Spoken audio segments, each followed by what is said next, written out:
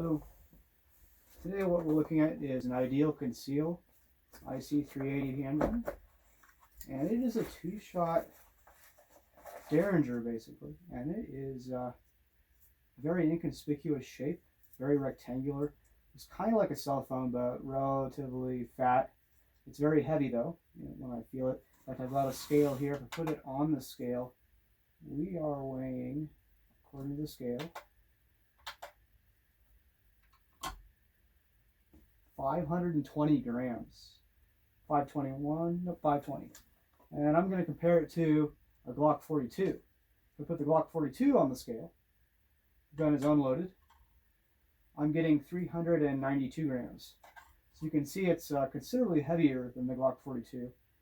And dimensionally, it's not too much different.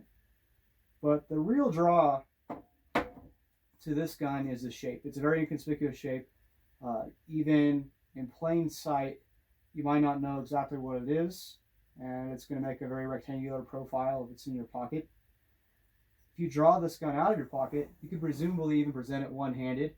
To unfold it, you normally just pull this out right here, which would require two hands, and to fold it back up again, you can push on these little pins on the side, fold it in.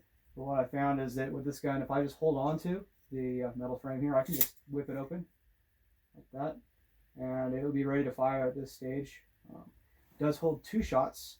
In order to load it, you pull back on this release right here, and when you have it pulled back, you can just swivel the barrels open, and you could load your rounds into here. You also have this little extractor right here.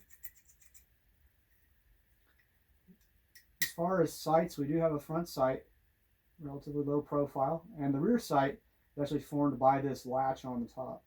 If you look on the top there, we've got a series of raised spots on both the left and the right. But when you look at that down the profile, you do actually end up seeing a sight picture.